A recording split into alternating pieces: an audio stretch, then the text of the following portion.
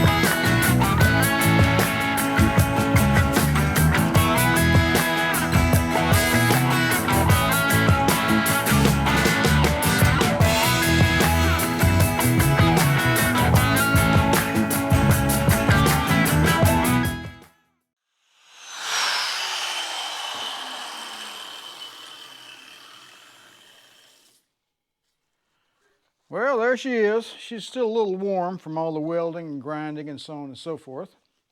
What we have here is a pinion housing hold-down bracket for a bench vise. So you will plug this thing into a decent bench vise, not this particular one. Tighten her down, like so. You take your pinion housing over here and you bolt it straight away on top of here. Put 3 bolts through these holes, and then you can disassemble the pinion. You can reassemble it. You can torque it to the proper specification. All those things can be done off of the car, and that's what's kind of cool about the Cadillac pinion housing, is that you can do all that stuff off of the car and not have to be underneath the car torquing your pinion nut to get it to the proper bearing preload.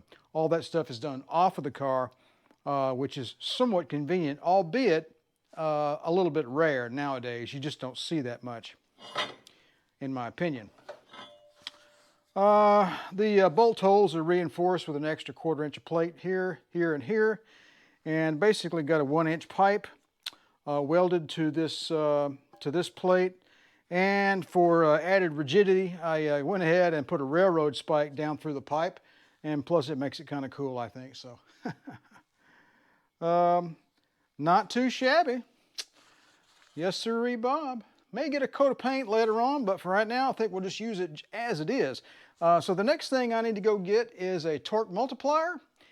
and a pinion flange hold down tool, but I think I could find that on Summit Racing. So, all right, more later. All right, I initially thought I was going to put this into a bench vise, but I've since changed my mind. I'm going to replace this bench vise. I don't really like it, but I'm not going to do that right now for this project. I've decided to continue mimicking the factory service manual tooling associated with the pinion housing service job. So we have our mount that we made earlier. In the service manual, it shows a mount that is affixed to a stable structure. Basically, it's a very thick piece of pipe with some thumb screws in it. You slip this fixture up in there, tighten the thumb screws down, and this is bolted to this table or welded to it in some fashion, and boom, you have your pinion fixture readily affixed to the table, and you can do your work here. So that's what I'm about to do. I picked up another piece of 1/4-inch plate, and I had some of this angle iron left over. This is 3/16 stuff, but it'll do okay. So I'll just make myself a little hold down bracket here. I'll just weld this up sort of like that, and then I'll put holes on either side and use some good long bolts, and probably put a piece of metal underneath as well. This top is 1.5 inches thick of plywood. Yeah, I know it's plywood, but it's 1.5 inches thick because it's 2 layers on it. And it's glued together and it's nailed throughout. Anyway, trust me, it's pretty sturdy. So I'll put 2 good sized grade A bolts on either side, and with some metal underneath as well. Sandwich all that between there, and I think that will be fine. I'll also need to take this and readily affix it to the stud work in the shop, and I may put some 90-degree brackets on the floor. I'm not sure. The reason why I need to do that is because when I start applying a lot of force to the pinion housing, because it's going to take, what, I don't know, 250 pounds, 300, something like that. Crazy, right? When you start tightening that pinion nut and then checking your preload, none of this stuff can move because the forces involved are just, you know, they're pretty large. So anyway, so that's what I'm going to do now. I may record a little bit of the manufacturing process of this, but not a whole lot because that would pretty much eat up the entire video. So, all right, let's go ahead and get busy. All right, let's go ahead and get our pieces cut to length. I think I'm going to do 7.5 inches.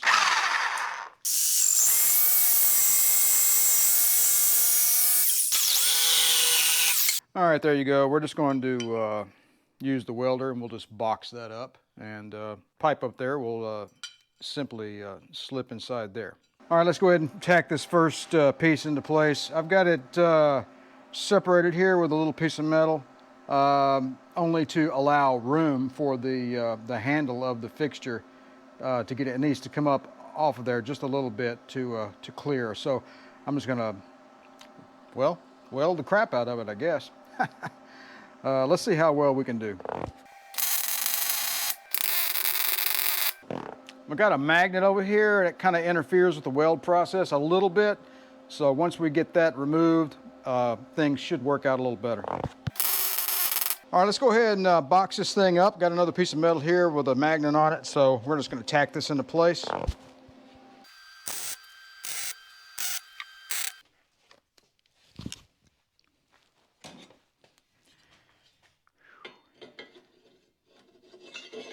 All right, she fits just fine. Let's go ahead and weld this thing up, and then we can mount it to the bench after we move all this junk.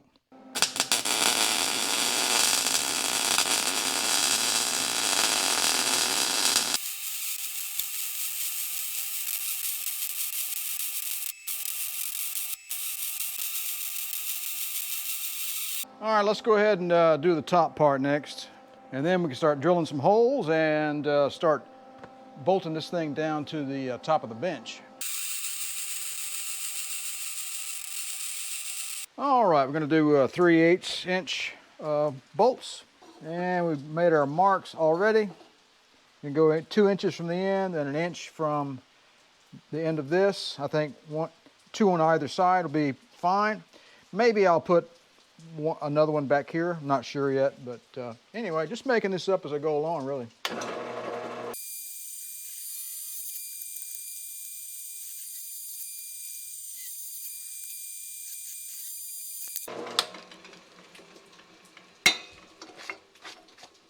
All right, let's mark some holes in the bench, and I'll drill the holes in the bench off camera.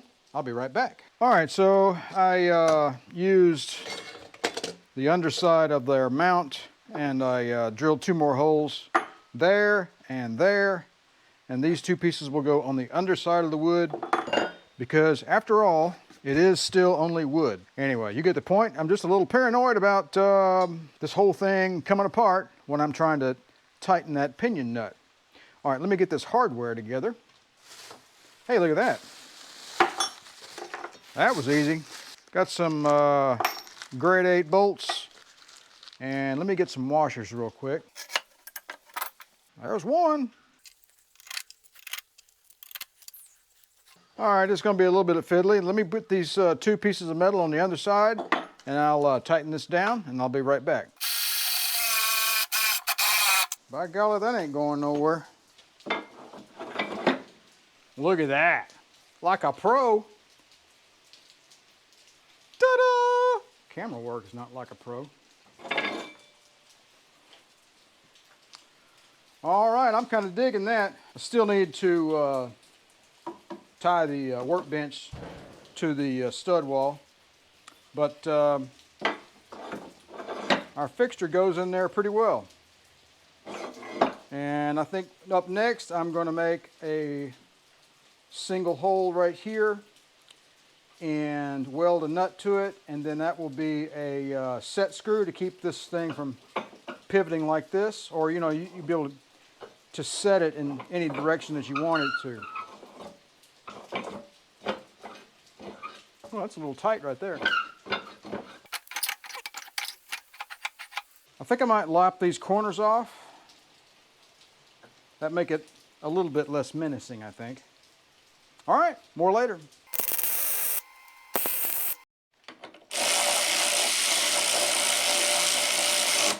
Whew, all right. One very hot little set screw that works perfectly, I might add. Let's give it a test. Woo-hoo. That's a hot bolt. Okay.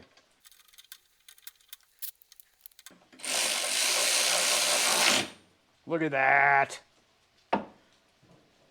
Factory. All right, let's move on to the next step. All right, let's give her a test fit. What do you say?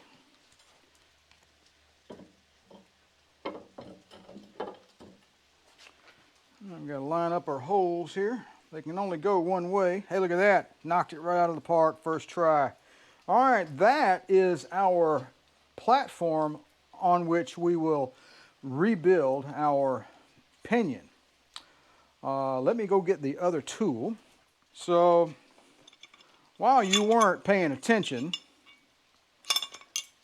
I told myself I was going to go find one of these online, but then I said, well, you know what? You got plenty of scrap metal laying around.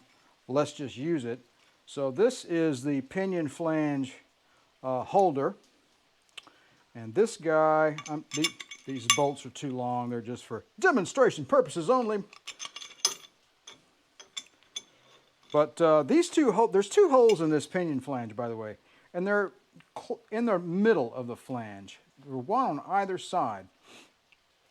I'm assuming these are the service holes. In other words, they're meant for the factory tool to hold this thing while you replace bearings or do whatever you need. The other holes that are closer to the edge, those are for the drive shaft. But these 2 in the middle, I have come to find out or determine that those are for servicing the pinion. Now, let me go get my socket.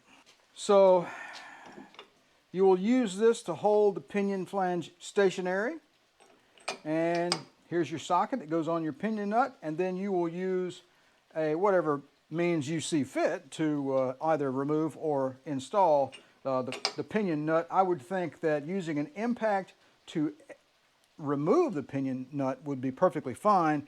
If you're going to replace all the bearings in there anyway, it doesn't really matter. But if you're going to install the pinion nut, you need to use either a really long breaker bar or a torque multiplier wrench, which is really, that's what I really want. not just for this, but for other things as well, because I'm getting old and I don't feel like, I don't feel like applying, 10 tons of force with my old back. So I think a torque multiplier wrench is my next step. But all in all, I would say this is looking pretty good. Of course, you will take some bolts and put them down through there like that. Put a nut underneath there. Those bolts aren't long enough. Put a nut underneath there and hold that thing firmly in place. And then you can service your pinion housing. All right, so I drilled these holes pretty tight. The pattern's good.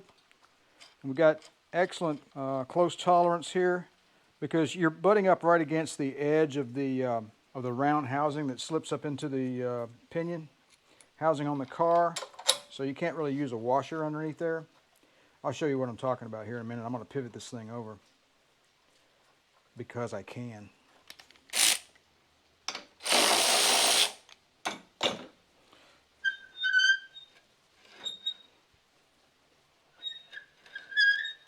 Look at that, man. I dig that. Let me tell you what. That is so cool. I think I'll pivot it the other way.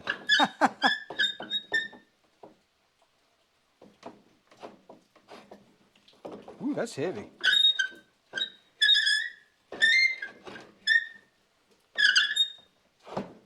All right, now we have a nice secure platform on which we can rebuild our pinion housing properly.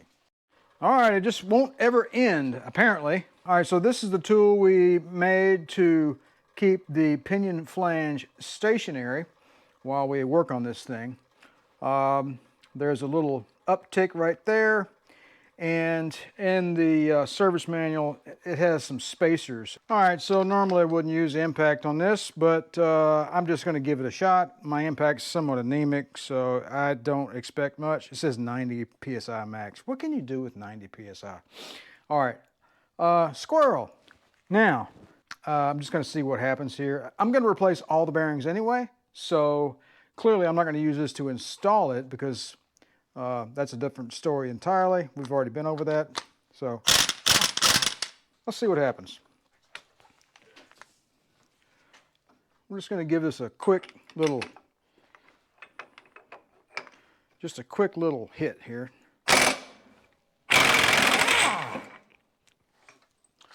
Well, I'll be damned.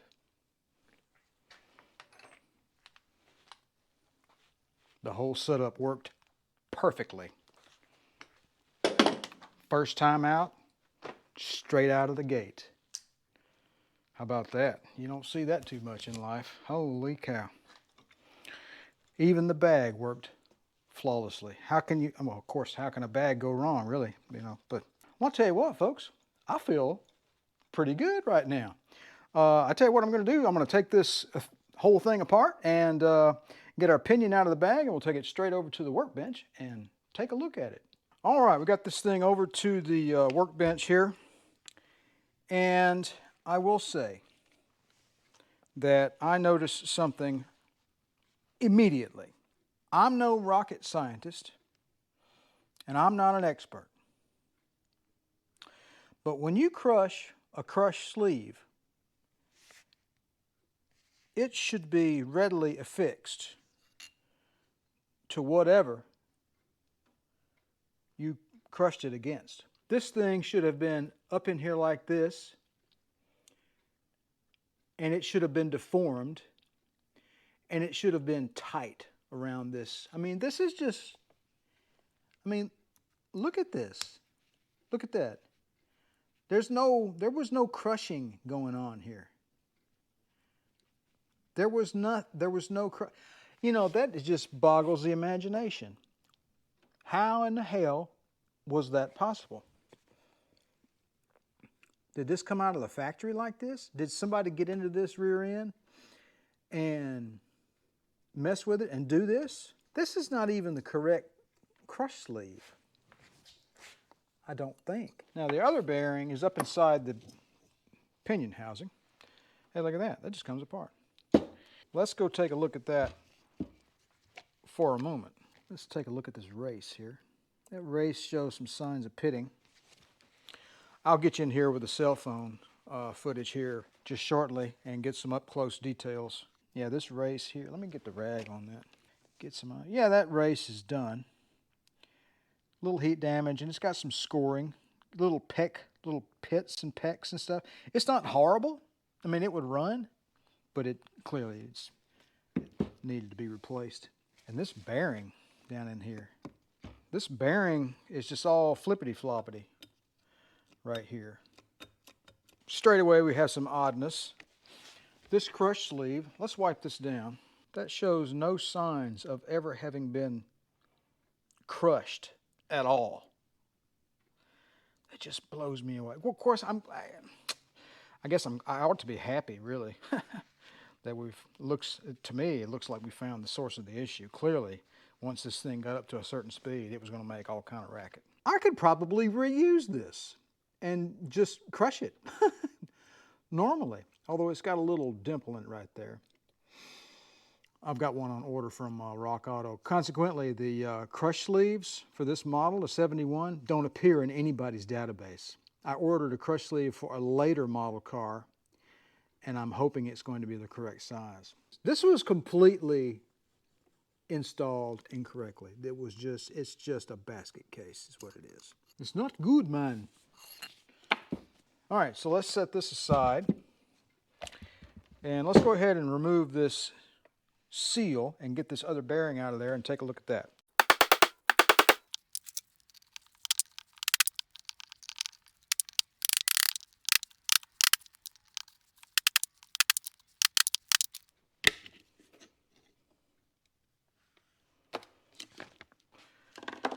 All right, let's take a look at this outer bearing, I guess you'd call it, for lack of a better term. The bearing itself looks okay. What kind of bearing is this? NDH.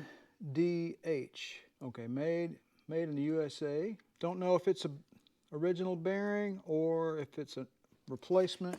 Couldn't tell you. Let's look at the bearing race. Yeah, just a lot of pitting. You can see it. You can't really, ever so slightly. Let me get in here with the cell phone.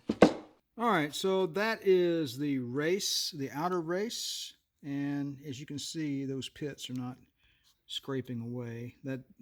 It's not horrible. I mean, it would run, but you know, it was making a bunch of noise. Here's the original bearing.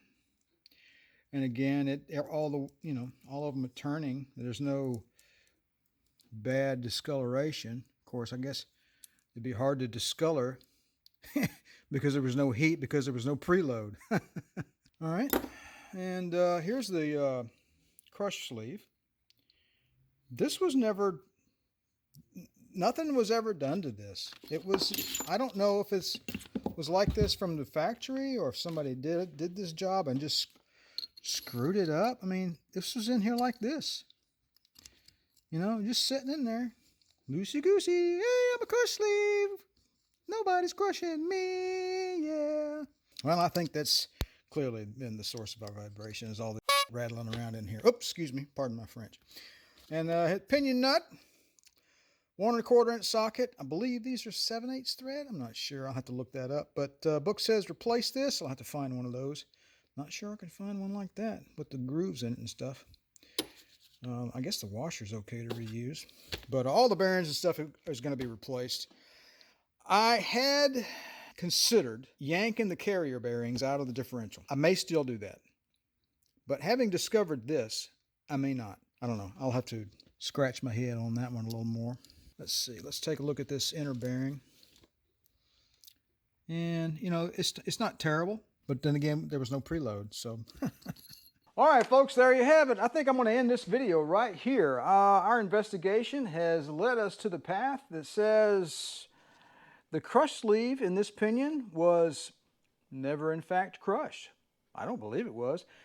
Either this is a factory defect in the manufacturing process, or someone's been into this thing before and they did a hash job of it. I don't know which one it is. Maybe if I can take a look at these bearings and try to figure out if that's one that the factory used or if that's an aftermarket bearing. I don't know. If it is an aftermarket bearing, then clearly this is a hash job by some quack mechanic. But I believe that this has got to be it. This has got to be the source of the vibration. I mean, the crush sleeve, it's not supposed to be like that, right? You know? Anyway, that's my opinion, and I'm sticking to it for now anyway. We're going to end the video right here. Next thing I've got to do is order some bearings, and I don't know if I'm going to go ahead and replace the carrier bearings in the differential as well, or just service the pinion housing. Our little setup over there worked great, didn't it? I mean, I was just tickled pink. It was just boom, it fell right apart. I couldn't, but you could have knocked me over with a feather. Can someone just do that? You know, help me out. However, installation is a little more difficult and requires a lot of torque. So I think I'm going to go get myself a torque multiplying wrench for that. All right, folks, that's all for now. Don't forget to like, share, and subscribe. And if you'd like to be notified whenever I release a new video, don't forget to click that little bell down below. You guys have a good one, and remember to enjoy restoring and maintaining your classic Cadillac and Mercedes too. Don't leave them out.